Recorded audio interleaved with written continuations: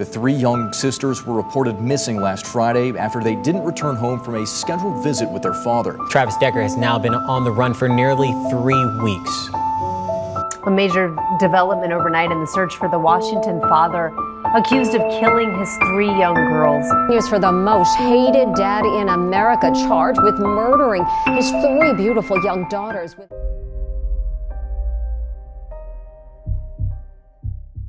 On May 30, 2025, the sun rose over Wenatchee, Washington, casting a warm glow that seemed to promise an ordinary spring day. But beneath the surface of this seemingly tranquil morning, the stage was set for events that would soon unravel in ways no one could have anticipated.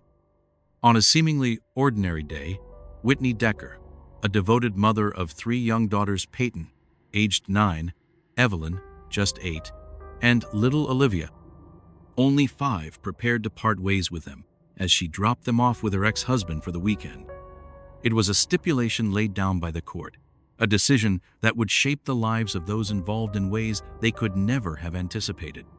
For 2 long years, amidst a sea of warning signs, Whitney found herself bound by legal obligations to surrender her daughters to their father, Travis Caleb Decker, a 32-year-old U.S. Army veteran. He was granted regular family visits, a chilling phrase that masked the tension and unease lurking beneath the surface. Whitney found herself consumed by a gnawing anxiety regarding her ex-husband's deteriorating mental state. After his harrowing service in Afghanistan, he found himself grappling with the relentless grip of severe PTSD.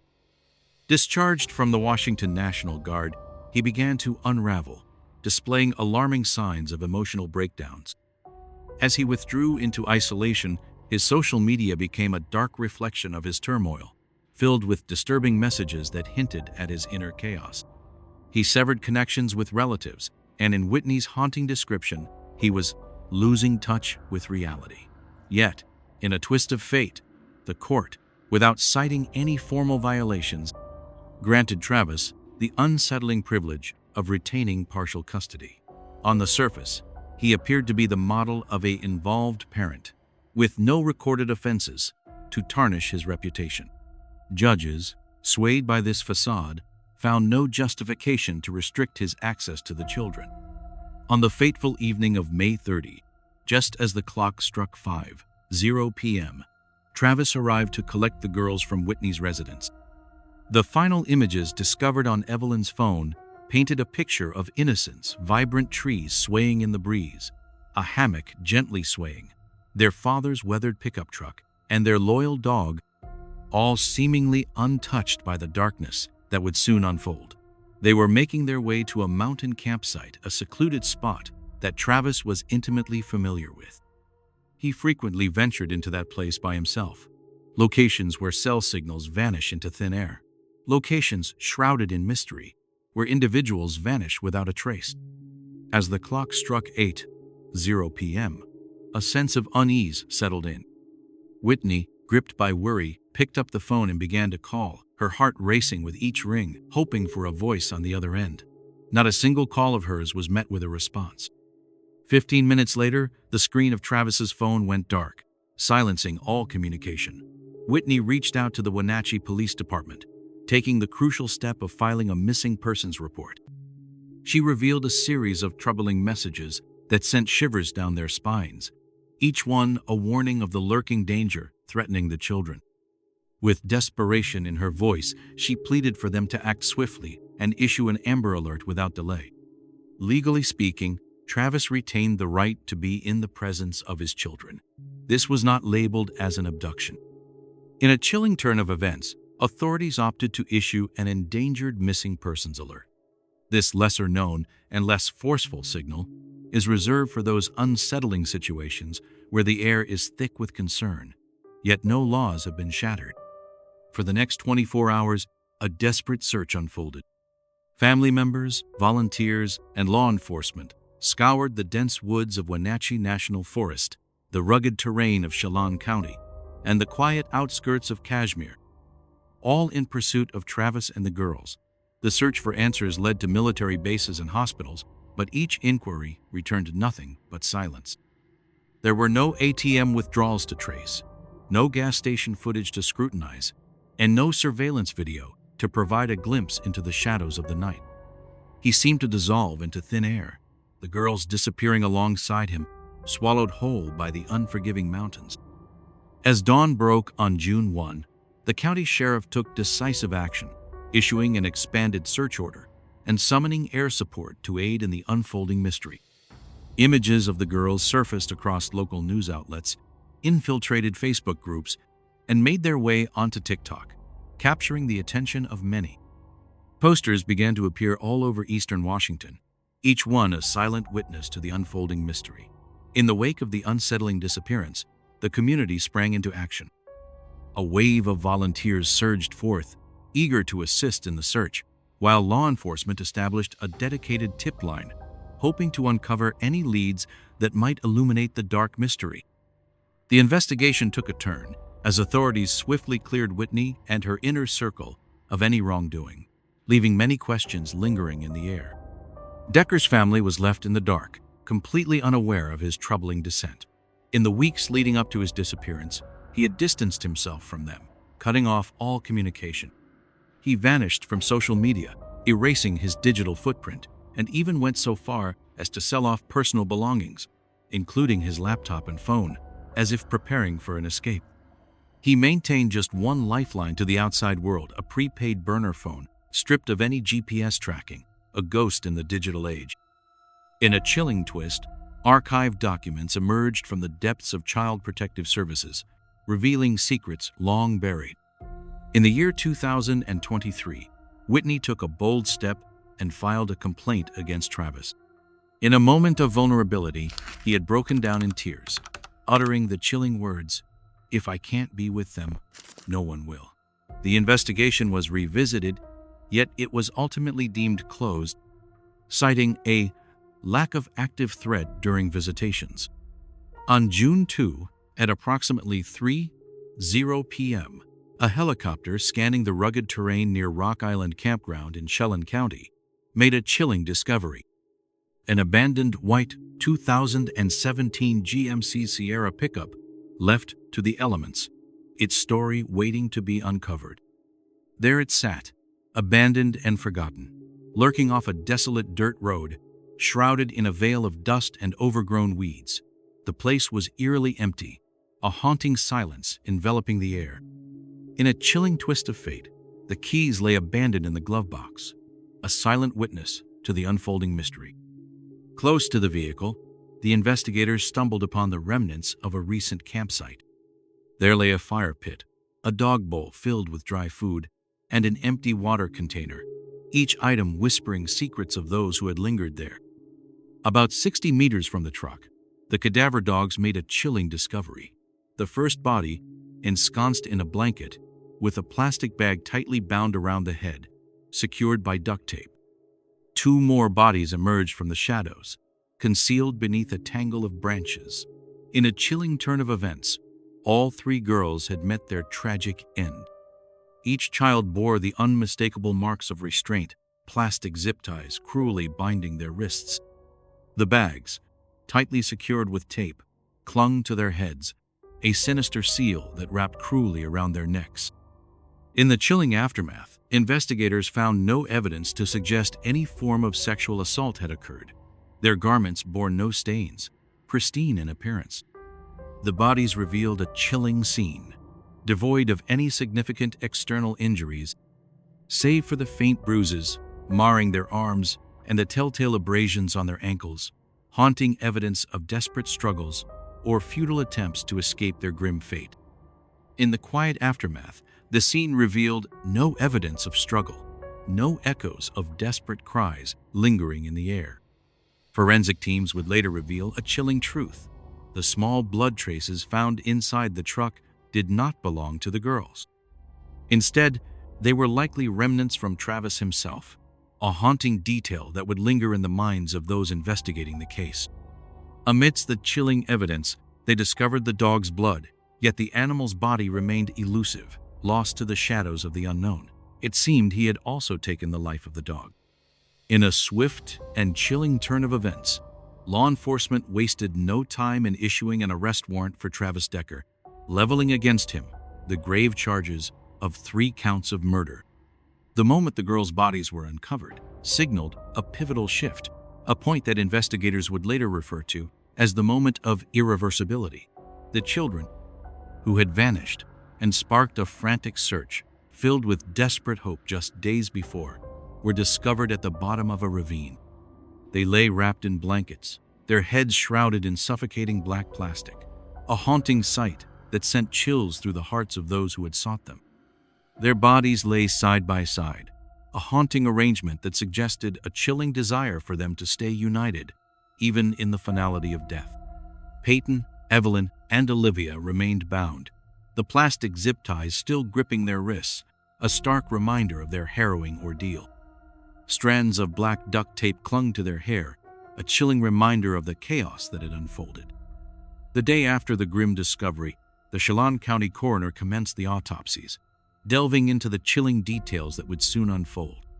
The evidence was chilling and unmistakable. All 3 girls had succumbed to the silent grip of asphyxiation. The plastic bags were fastened securely around their necks, a chilling detail that would haunt anyone who stumbled upon the scene. The toxicology reports revealed a stark truth. None of the girls had been sedated or drugged prior to the events. Their systems bore no trace of medications or narcotics, leaving a haunting question lingering in the air.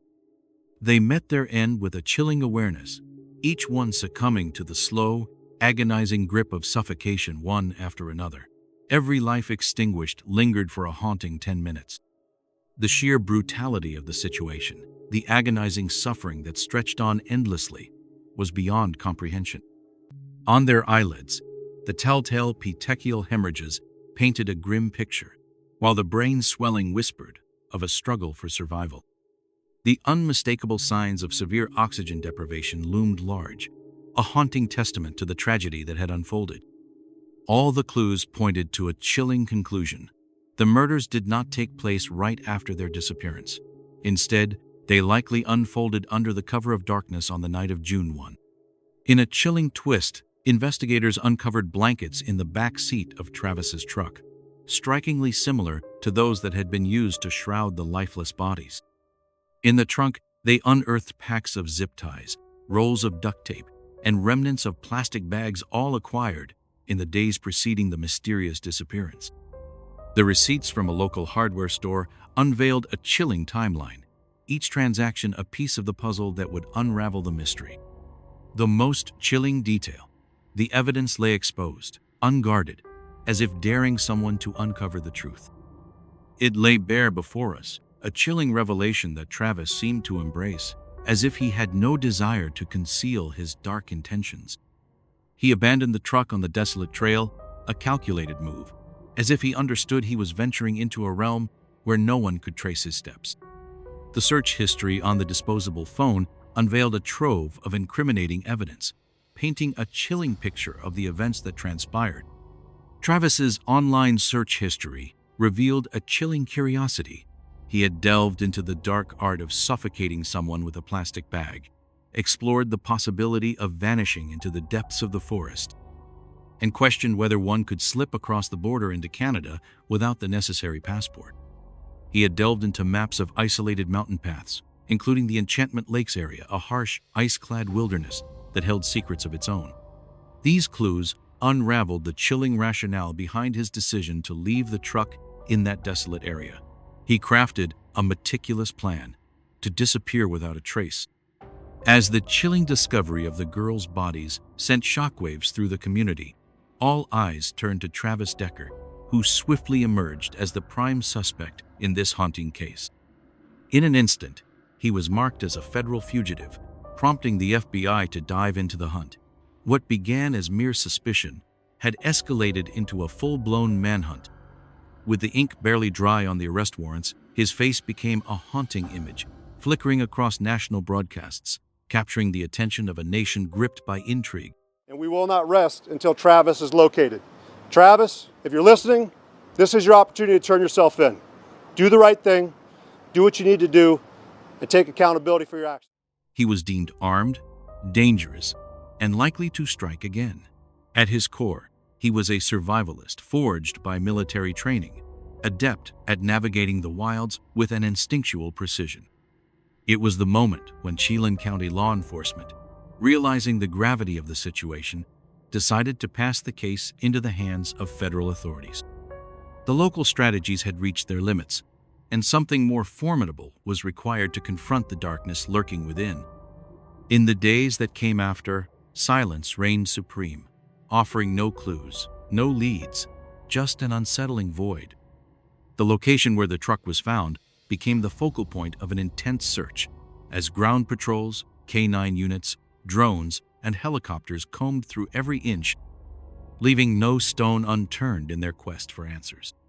Yet the scene was eerily devoid of any Tresesno footprints to mark a passage, no heat signals to indicate life, no items left behind, and no campsites to suggest a presence. Silence. An absence that speaks volumes, echoing in the void of what once was. A chilling reminder of the unknown lurking just beneath the surface. He had vanished without a trace. Yet elusive whispers began to surface, scattered like breadcrumbs, reports of a figure resembling Travis lurking in the shadows. In those haunting first 2 weeks, the air was thick with whispers of potential clues. A solitary figure seen wandering with a backpack, the distant echo of a dog's bark piercing the silence, and the unsettling discovery of a campsite left behind, untouched and eerie. Yet, one by one, each lead slipped through our fingers, leaving only shadows of hope in their wake. The trails disappeared into the shadows, leaving no trace behind, as if they had never existed at all. In the shadowy depths of Idaho, a chilling account emerged from a group of hikers. As they ventured closer, they spotted a figure, a man, strikingly similar to Travis, slipping silently into the dense woods, leaving behind an unsettling mystery that would haunt their memories. Yet, when the authorities finally made their entrance, over 24 hours had slipped away into the shadows, should he have been the one he had vanished into thin air. His whereabouts remained shrouded in mystery, with no credible evidence ever emerging to pinpoint his location. And so, the narrative unfolds with chilling clarity. Travis Decker is on the run. Whispers in the shadows suggest he still walks among us, and he is likely lurking somewhere within the vast expanse of the United States. At this juncture, the tale had woven its way far beyond the borders of Washington state. The names Payton, Evelyn, and Olivia echoed through the nation, a haunting reminder that they were no longer among the living. Segments of news flickered across the screens of national television, drawing viewers into the unfolding drama of current events. In the shadowy corners of the media landscape, the largest newspapers unleashed a flurry of articles, each one a piece of a larger, gripping narrative. The case rattled the very foundations of millions of American lives. It wasn't merely the tragic loss of innocent lives that haunted the community. In a chilling twist of fate, the unthinkable unfolded. Their own father was the one who took their lives. A father, awarded custody for the weekend by a family court, was given the chance to be with his children, even as ominous warning signs loomed large in the shadows. It was a mystery that left everyone baffled, a chilling enigma that begged the question, how could this have been permitted to unfold? The mother of the girls had, time and again, documented his erratic behavior, painting a chilling portrait of his emotional turmoil. She meticulously compiled written statements, gathered screenshots of unsettling messages, and filed formal requests. With a trembling voice, she confessed to the court that fear gripped her heart. She pleaded for the relentless visits to come to an end. Yet, the court stood resolute in its impartiality. Travis Decker walked the streets with a clean slate, untouched by the law's unforgiving hand. He had always adhered to the custody agreement, never once stepping outside its bounds. On the surface, the documents revealed nothing that would suggest he was a danger to anyone. He had served in the military, a veteran of battles fought and sacrifices made. He had donned the uniform, answering the call of duty to serve his nation. On the surface, he appeared to be just another divorced father, a man who seemed to have every right to claim his role as a parent. Yet, beneath the surface, A dark unraveling had been taking place within him for an extended period, and no one seemed to notice.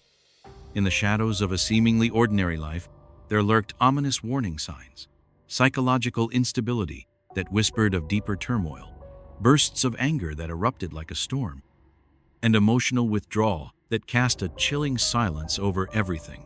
Everything was laid bare, waiting to be uncovered. Yet it all slipped through the cracks, unnoticed and unacknowledged. He had signed up for a veteran support program, yet he consistently failed to attend the required therapy sessions. He slipped through the cracks, unobserved and unnoticed.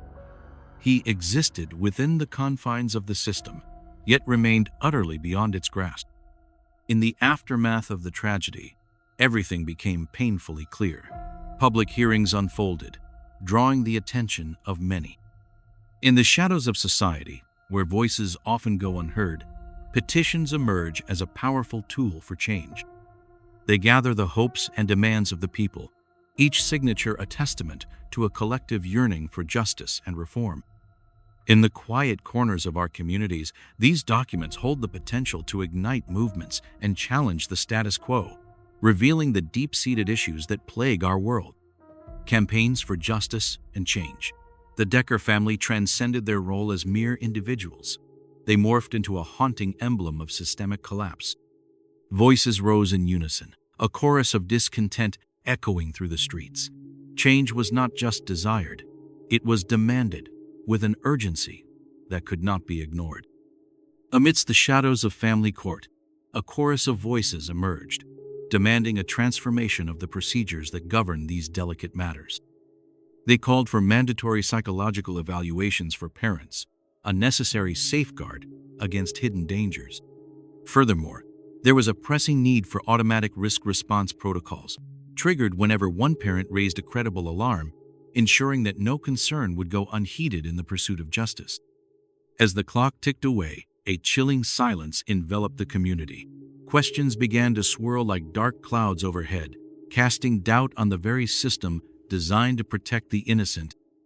Why, in this moment of urgency, was the Amber Alert system not set into motion without delay? What led to its downfall at the most crucial juncture? It has been over a month since that fateful day. It's hard to imagine why somebody would do that. Travis Decker remains unaccounted for, shrouded in mystery. His visage lingers on the FBI's most wanted lists, a haunting reminder of his elusive presence. He remains a federal fugitive, evading capture and slipping through the fingers of law enforcement. Whispers circulate that he met his end in the unforgiving wilderness, perhaps succumbing to the bitter cold, perishing from thirst, or choosing to end his own life amidst the isolation. Some believe he vanished further into the wild, into the shadowy corners where cell signals fade, where a soul could vanish for an eternity. Some whisper that he may not have acted alone, suggesting the possibility of assistance from veterans, survivalists, or those who prefer to live off the grid, lurking in the shadows of society. Yet, regardless of his fate, the consequences of his actions are etched in stone, forever unchangeable. He crossed a line that would forever alter the course of his life. He departed, leaving a scar, a mark that might never completely mend. She was really nice. She was a really good dancer. And I really think she was a really good friend.